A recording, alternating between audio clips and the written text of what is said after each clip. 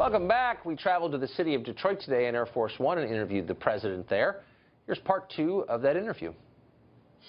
Do you talk to anyone before you tweet? And is there anyone in the White House who can say to you, Mr. President, please don't tweet that, who you would listen to? Well, let me tell you about tweeting. I think that maybe I wouldn't be here if it wasn't for Twitter, because I get such a fake press, such a dishonest press. I mean, if you look at, and I'm not including Fox because I think Fox has been fair to me, but if you look at CNN and if you look at these other networks, NBC, I made a fortune for NBC with The Apprentice. I had a top show where they were doing horribly, and I had one of the most successful reality shows of all time. And I was on for 14 seasons. And you see what happened when I'm not on. You saw what happened to the show. It was a disaster. I was on. I was very good to NBC, and they are despicable. They're despicable in their coverage. CBS, ABC, you take a look at what's going on. I call it the fake press, the fake media. It is a disgrace what's happening. So, but then they say to you, but you're, I mean, as you know, the response, look, so you had this big speech to the joint session on Tuesday. You had great press all week, bipartisan, and then you let off this tweet, and immediately people say... No, it wasn't that tweet. They had you other can't back things. Up what you say. Excuse me. I had a very successful night, joint session. It was very successful. I got reviews even from people that I would never think I was going to get good reviews. I got great reviews. Yeah. And then all of a sudden they came up with a new dialogue in order to kill that. So that speech was hot for about 2 or 3 hours after the speech was made, because they came up with other things having to do with other people that they shouldn't have been able to do and they shouldn't have done. But they did it. And you know exactly what I'm talking about. So the news is not honest, much of the news. It's not honest. And when I have close to 100 million people watching me on Twitter, including Facebook, including all of the Instagram, including POTUS, including lots of things. But we have, you know, I guess pretty close to 100 million people. I have my own form of media.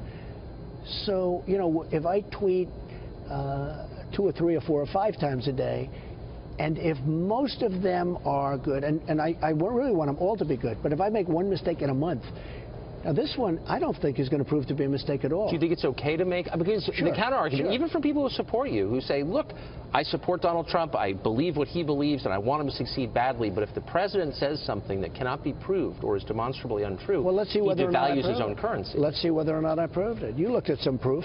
I mean, let's see whether or not I prove it. I just don't choose to do it right now. I choose to do it before the committee, and maybe I'll do it before the committee. Maybe I'll do it before I see the result of the committee.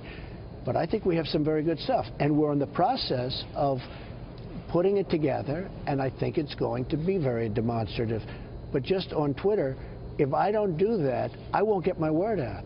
Because when I say things, the press doesn't cover it accurately. They cover it very inaccurately, much of the press. Some of the press, by the way, some of the finest people I know are reporters. Reporters are wonderful. I'm talking about the fake media, the fake news, and there's a lot of fake news. So if they're not going to do me the honor and the public the honor of spreading my word accurately as it was meant, and you know exactly what I'm talking about, because there's been nobody in history that got more dishonest media than I've gotten. You look at some of the stories in the New York Times, you look at some of the stories in the Washington Post, take a look at what's going on with CBS and NBC in particular and ABC, and take a look at CNN. It's a complete hit job. No matter what you do, no matter how good, no matter how great it is, they don't report it in a positive fashion. So when I can reach, whether it's 90 million or 100 million or 80 million, however many people it may turn out to be when you add everything up, and then of course it gets disseminated from there, when I can reach that many people, Twitter is a wonderful thing for me because I get the word out. Does it ever go through any kind of mediator? Sure it does, sure. You sometimes show your staff sometimes I'll have something and I'll say, what do you think about this? A lot of times my staff comes to me and they say, could you do a tweet or this or that because it's not being shown correctly.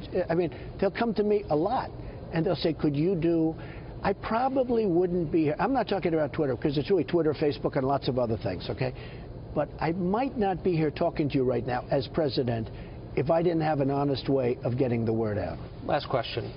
European nationalism, obviously, is flowering, and a lot of it is about immigration and culture. Do you think it's possible to move a large Muslim population into the West and successfully integrate them into Western culture? Have you seen that anywhere? Well, it's not easy, and it certainly hasn't been easy. You look at Germany, you know, I took a lot of heat over Sweden, and then the next day they had this massive riot. Now nobody talks about it. It certainly has not proven to be easy. At the same time, well, they've been trying, and we'll let you know. The assimilation has been very, very hard. It's been a very, very difficult process. I want this country to be safe. I want this country to be great. It's called Make America Great Again. That's where I got elected. I want people that love our country, and many Muslims do. Many, many Muslims do. But it has been a hard process. If you look at Germany, what's happened? If you look at Sweden, what's happened? If you look at Brussels, take a look at Brussels. I mean, look what's going on. Take a look at so many other places. It has been a very hard process. We are going to try very, very hard to make it work. Mr. President, thanks. Thank you very much.